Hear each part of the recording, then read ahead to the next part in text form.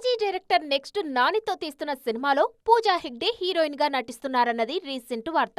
Natural star సినిమాను pan India లెవెల్లో plan చేస్తున్నారు ఓజీ కెప్టెన్. అంటే ఎన్నాళ్లుగానో పూజా ఎదురుచూస్తున్న సక్సెస్ ఈ సినిమాతో దక్కినట్టేనా? సుజిత్ కెప్టెన్సీలో పూజా గట్టున పడితే గత కొన్నేళ్లుగా కనిపిస్తున్న ఆనవాయితీ కంటిన్యూ అయినట్టే అనుకోవాలి. నార్త్ లో తడబడుతున్న రష్మిక కెరీర్ ని సక్సెస్ ట్రాక్ లో పెట్టిన ఘనత సందీప్ రెడ్డి వంగాకి సొంతం. యానిమల్ లో రష్మిక క్యారెక్టర్ ని పెక్యులియర్ గా తీర్చిదిద్దారు సందీప్. యానిమల్ తో సూపర్ డూపర్ పర్ఫార్మర్ గా నార్త్ లో నిలదొక్కున్నారు రష్మిక మందన. ఆ తర్వాత జవాన్ తో నార్త్ లో ఫస్ట్ బాల్ కి 6 కొట్టేశారు నయన్.